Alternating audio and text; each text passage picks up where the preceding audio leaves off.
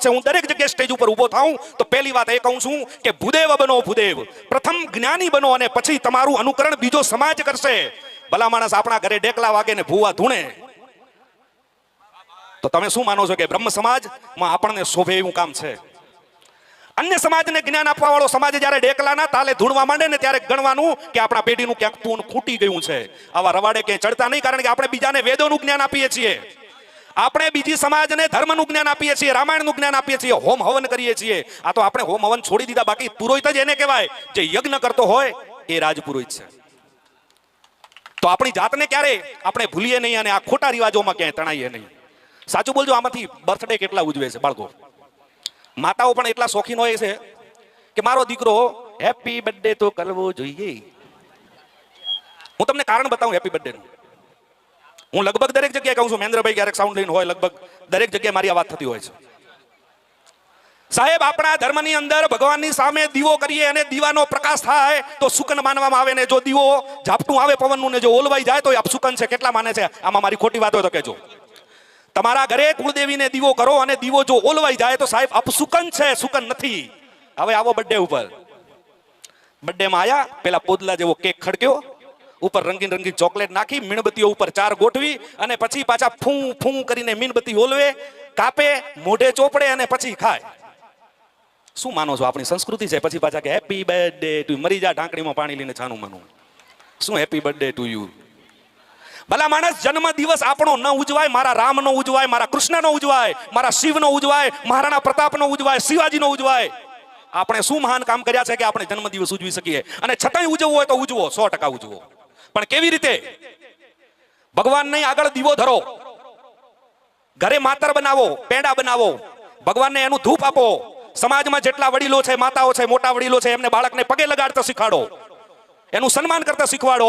અને પોતે ધોતી પહેરીને જો છોકરો હોય તો એને બાઈ હોય તો માથે ઓઢીને અને પછી મા બાપના આશીર્વાદ લે અને આજુબાજુમાં એ પ્રસાદીને વેચે ને તો એને કહેવાય જન્મદિવસ ઉજવ્યો. બાકી ફૂં ફૂં કરીને આપણે જે હેપી બર્થડે ટુ યુ કહીએ છીએ ને એને જાકારો આપજો.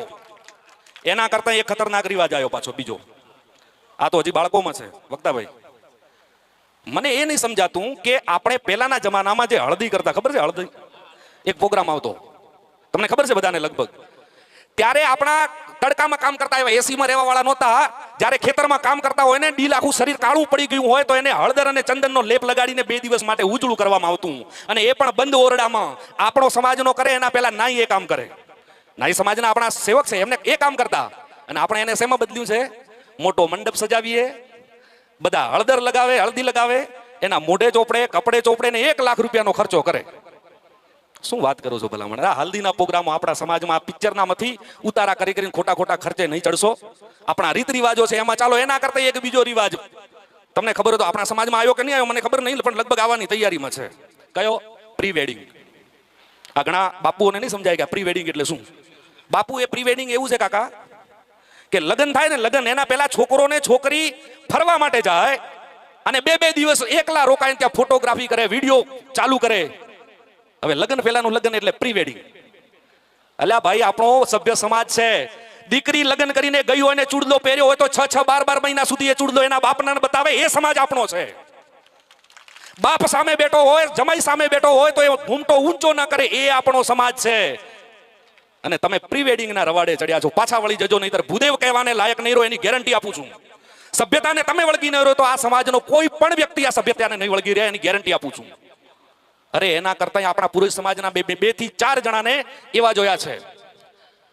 ગર્ભ ધારણ કરે તો તમને ખબર છે કે જ્યારે દીકરી પેટથી હોય અને પિયરથી જ્યારે સાસરે જાય તો સાસરી પક્ષવાળા લેવા આવે અને કિલો ગોળ સાઈડમાં રાખે, રસ્તામાં જે પેલું મળે એને આપી દે, મીઠું મોં કરાવે અને સુકન લઈને જાય.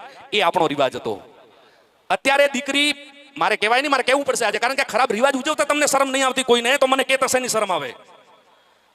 પેટ ઉગાડું રાખીને એનો જમાઈ અને બાજુમાં હાથ રાખીને ઊભો રહે અને પછી 2-4 ફોટા પડાવે અને પાછા ન્યૂ બેબી બર્ન એવા કઈ મેસેજ મૂકે. ભલા માણસ, મરી જાઓ. શિવાજીના પેટે, માં જીજાબાઈના પેટે શિવાજી ત્યારે જન્મ્યા કે જ્યારે એને રામાયણ વાંચી ગર્ભાવસ્થા દરમિયાન.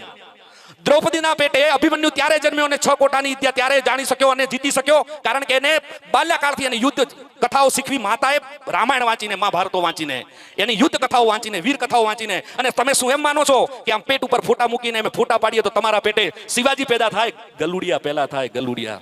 એ શિવાજી પેદા ન થાય. ભલા માણસ, આ શરમ કરવા જેવી વાત છે. કોઈ મહાપુરુષને જોઈએ, કોઈ વીર પુરુષને જોઈએ તો આપણને ઈચ્છા થાય કે મારો દીકરો પણ આવો થાય, મારો દીકરો પણ ભારત દેશનું નામ રોશન કરે. તમે શું માનો છો આવી રીતે ભારત દેશનું નામ રોશન થશે? એમ પાછા વળી જજો.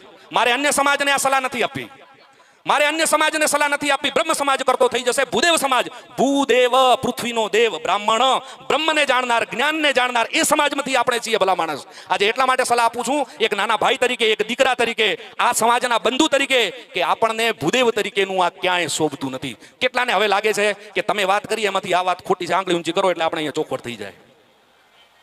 અને જો તમને સાચી લાગ્યો તો એકવાર જોરદાર તાળીઓથી વધાવી લેજો.